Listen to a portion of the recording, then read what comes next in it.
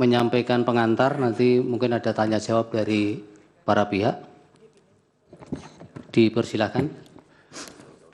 Terima kasih.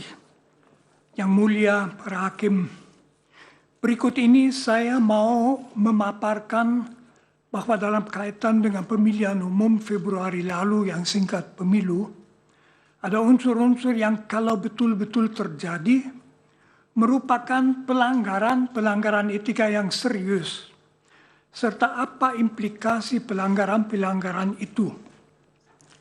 Sebelumnya izinkan saya mengajukan 7 catatan tentang etika. Pertama, etika. Dengan etika dimaksud ajaran dan keyakinan tentang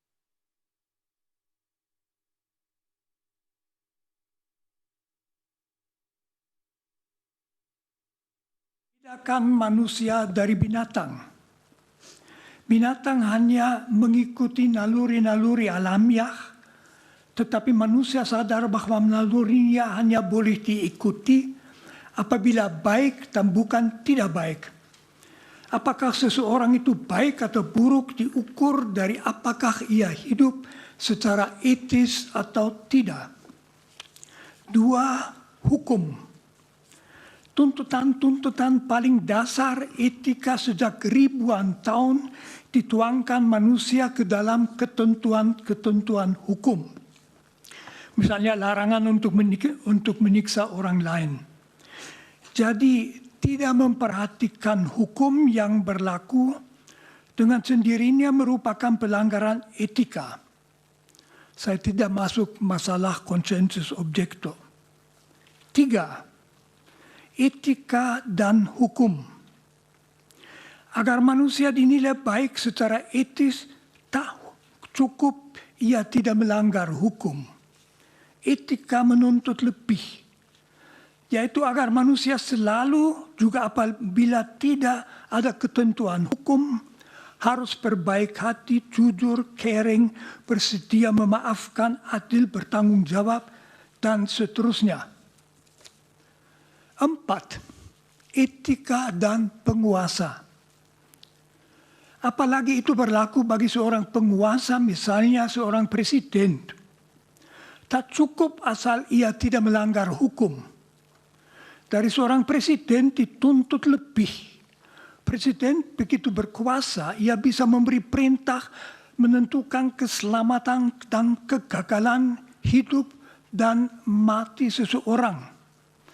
Agar kita mempercayakan diri ke tangan orang yang begitu berkuasa, agar kita merasa aman dengan dia, seorang presiden harus membuktikan diri sebagai orang yang baik, berwawasan kebangsaan, bijaksana, jujur, adil. Dari seorang penguasa tertinggi harus dituntut standar etika yang tinggi. 5. Etika dan presiden. Presiden adalah penguasa atas seluruh masyarakat. Oleh karena itu ada hal yang khusus yang dituntut daripadanya dari sudut etika. Pertama, ia harus menunjukkan kesadaran bahwa yang menjadi tanggung jawabnya adalah keselamatan seluruh bangsa.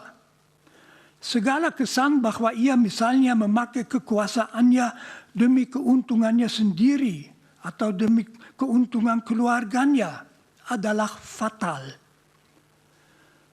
Maka seorang presiden harus menjadi milik semua, bukan hanya misalnya milik mereka yang memilihnya. Kalaupun ia misalnya berasal dari satu partai, begitu ia menjadi presiden, segenap tindakannya harus demi keselamatan semua.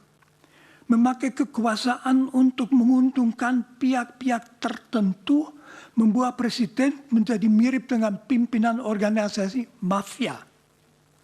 Di sini dapat diingatkan bahwa wawasan etis Presiden Indonesia dirumuskan dengan bagus dalam pembukaan Undang-Undang Dasar 1945. 6. Etika dan pemilu.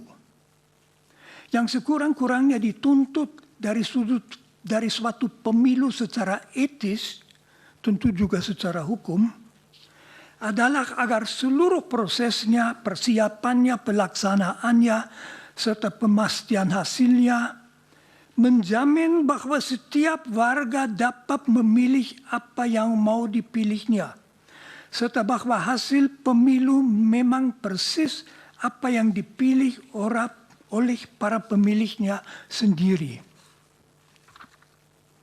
7. Kegawatan pelanggaran etika. Filosof Immanuel Kant memperlihatkan bahwa masyarakat akan menaati pemerintah dengan senang apabila pemerintah bertindak atas dasar hukum yang berlaku dan hukum yang berlaku adalah adil dan bijaksana. Apabila penguasa bertindak tidak atas dasar hukum dan tidak demi kepentingan seluruh masyarakat, melainkan memakai kuasanya untuk menguntungkan kelompok, kawan, keluarganya sendiri, motivasi masyarakat untuk menaati hukum akan hilang. Akibatnya hidup dalam masyarakat tidak lagi aman. Negara hukum akan merosot menjadi negara kekuasaan dan mirip dengan wilayah kekuasaan sebuah mafia. Sekarang saya ke bagian pelanggaran etika dalam kaitan dengan pemilu 2024. Pertama, pendaftaran Gibran Raka Buming Raka sebagai calon wakil presiden oleh Komisi Pemilihan Umum. Pendaftaran saudara Gibran sebagai cawapres oleh Dewan Kehormatan Penyelenggaraan Pemilu dinilai pelanggaran etika berat. Karena pendaftaran itu dilakukan meskipun Majelis Kehormatan Mahkamah Konstitusi menetapkan keputusan Mahkamah Konstitusi yang memungkinkannya sebagai pelanggaran etika yang berat. Sudah jelas, mendasarkan diri pada suatu keputusan yang diambil dengan pelanggaran etika yang berat merupakan pelanggaran etika berat sendiri.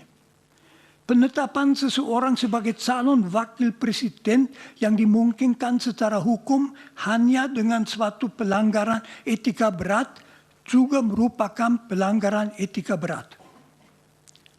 2.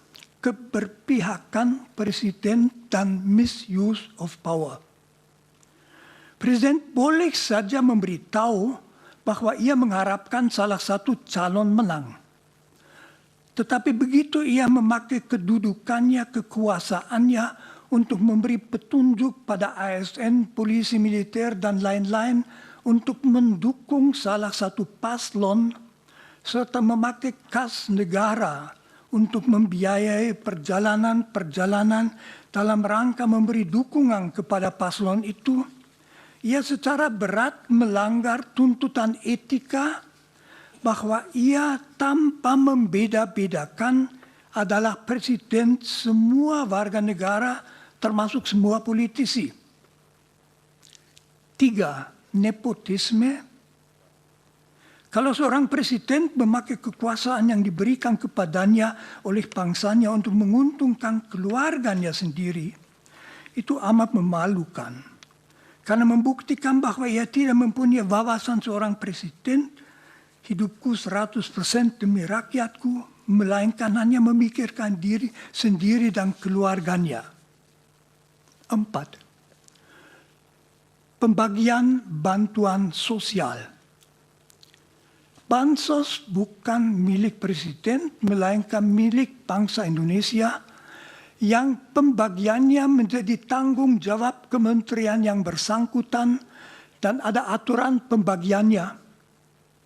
Kalau presiden berdasarkan kekuasaannya begitu saja mengambil bansos untuk dibagi-bagi dalam rangka kampanye paslon yang mau dimenangkannya, maka itu mirip dengan seorang karyawan yang diam-diam mengambil uang tunai dari kas toko.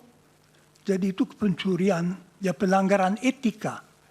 Itu juga tanda bahwa ia sudah kehilangan wawasan etika Dasarnya tentang jabatan sebagai presiden, yaitu bahwa kekuasaan yang ia miliki bukan untuk melayani diri sendiri, melainkan melayani seluruh masyarakat. 5 dan terakhir, manipulasi-manipulasi dalam proses pemilu yang jelas. Kalau proses pemilu dimanipulasi itu merupakan pelanggaran etika berat karena merupakan pembongkaran hakikat demokrasi.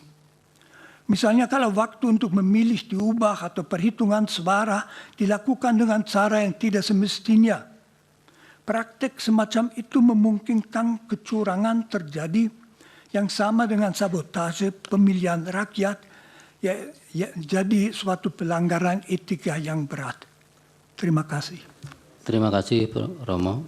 Dari kuasa hukum pemohon ada yang Kami